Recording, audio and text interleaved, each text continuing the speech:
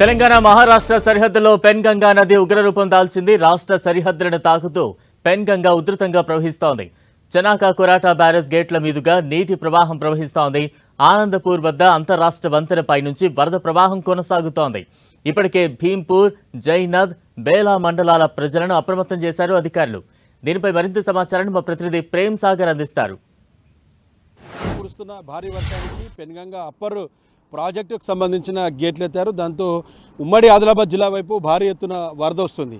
ప్రస్తుతం అధికారులు చెప్తున్న లెక్కల ప్రకారం 2.5 లక్షల క్యూసెక్లకు పైగా ఇన్ఫ్లో అనేది కొనసాగుతుంది. చూడొచ్చు, రెండు రాష్ట్రాలకు సంబంధించిన సరిహద్దుకు తాకుతూ ఎడ్జెస్ని తాకుతూ కూడా నీటి ప్రవాహం అనేది కొనసాగుతుంది. ఈ వంతెన దాదాపు 300 ఫీట్ల వరకు, 250 నుంచి 300 ఫీట్ల వరకు ఉంటుంది.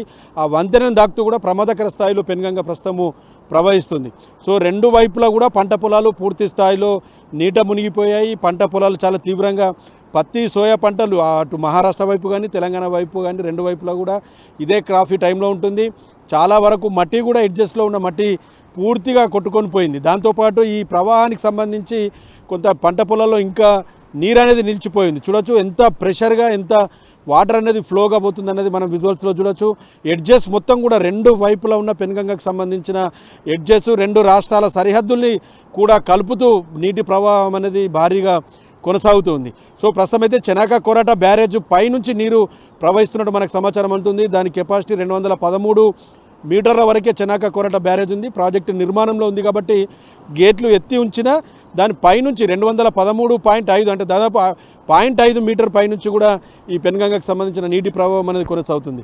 సేమ్ టైం దిగువన జైనత్ మండలంలో ఆనందపూర్ వద్ద ఇలాంటి అంతర్రాష్ట్ర బ్రిడ్జే ఉంటుంది. ఆ బ్రిడ్జ్ పైనుంచి నీటి ప్రవాహం ఉంది. నిన్నటి నుంచి కూడా ఏదైతే వంతెన ఉందో దాన్ని పూర్తిగా అధికారులు నిలిపివేశారు. అటువైపు నుంచి జైనత్ మండలం నుంచి అటు మహారాష్ట్ర వైపు పూర్తిగా రాకపోకలైతే ప్రస్తుతము నిలిచిపోయి ఆనందపూర్ సంబంధించి ఆ ఏరియాలో కొంత పోలీస్ ఆంక్షలు కానీ అవన్నీ కూడా కొనసాగుతున్నాయి. ఎవరు కూడా వెళ్ళొద్దని చెప్తున్నారు.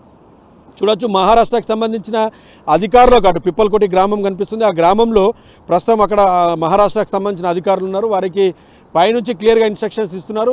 అప్పర్ పెన్గంగకు సంబంధించిన ప్రాజెక్ట్ గేట్లు ఎంత ఎత్తారు, ఎంత ఇన్ఫ్లో ఉంది, ఎలాంటి జాగ్రత్తలు పాటించాలని చెప్తున్నారు. వాళ్ళంతా కూడా గ్రామాల ప్రజలని అటువైపుగా పూర్తిగా అవగాహన కల్పిస్తున్న పరిస్థితి అయితే మనకు కనిపిస్తుంది. ఇంకా ఈ అప్పర్ పెన్గంగకు సంబంధించిన కొన్ని గేట్లు ఎత్తే అవకాశం ఉందని కూడా అధికారులు చెప్తున్నారు. ఇంకా గేట్లు ఎత్తితే మాత్రం ఈ బ్రిడ్జ్ పైనుంచి ప్రవాహం పెరిగే అవకాశం ఉంటుంది. ఒకవేళ బ్రిడ్జ్ ప్రమాదకర స్థాయిలో ప్రవాహం జరిగితే మాత్రం ఉత్తర దక్షిణ భారతదేశానికి పూర్తిగా కనెక్టివిటీ తెగిపోతుంది. ఇదే ఉత్తర దక్షిణ భారతదేశానికి సంబంధించిన ప్రధాన వారధి నేషనల్ హైవే నెంబర్ 44.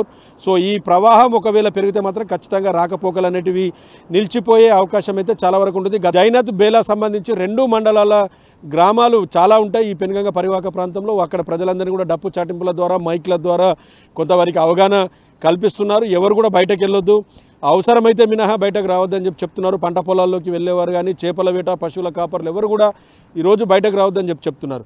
ఒకవేళ పైన అప్పర్ పెన్గంగ గేట్లు క్లోజ్ చేస్తే మాత్రం ఖచ్చితంగా ప్రవాహం తగ్గుతుంది. కానీ ఇంకా గేట్లు ఎత్తే అవకాశం ఉందని మహారాష్ట్ర అధికారులు కాసేపటి క్రితం చెప్పారు. సో ఇంకా ఈ పెన్గంగ ప్రవాహం పెరిగే అవకాశం ఉంటుంది కాబట్టి దిగువన పరివాహక ప్రాంత ప్రజలంతా కూడా అప్రమత్తంగా ఉండాలని చెప్పేసి అధికారులు అయితే సూచిస్తున్న పరిస్థితి అయితే ఉంది. కెమెరా పర్సన్ చందుతో ప్రేమ్ సాగర్, 10 టీవీ, తెలంగాణ మహారాష్ట్ర సరిహద్దు నుంచి.